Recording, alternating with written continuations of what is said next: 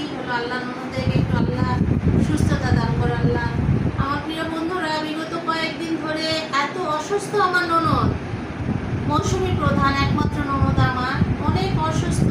আসলে মেরুদণ্ড সমস্যা, ডাক্তার একদম ফুল বেড রেস্ট দিয়েছে। হাত পা একবারে বরফের মতন ঠান্ডা হয়ে যাচ্ছে, সরষের তেল মালিশ করে দিচ্ছি হাত পাতে, আর খেতেও পারছে না এখন ওষুধের কারণেই নাকি। তো আপনারা সকলে একটু আমার ননদিনীর জন্য দোয়া করবেন, আল্লাহ তাআলা যেন দ্রুত সুস্থতা দান করেন। অনেক অসুস্থ, অনেক অসুস্থ।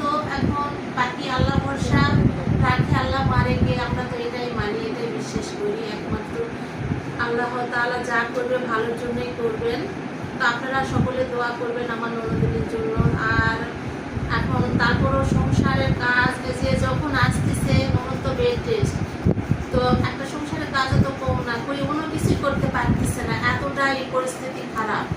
মানে ডাক্তার ফুল বেড রেস্ট দিয়েছে, নড়াচড়াই বন্ধ, একবারে ঘায়াল হয়ে গেছে।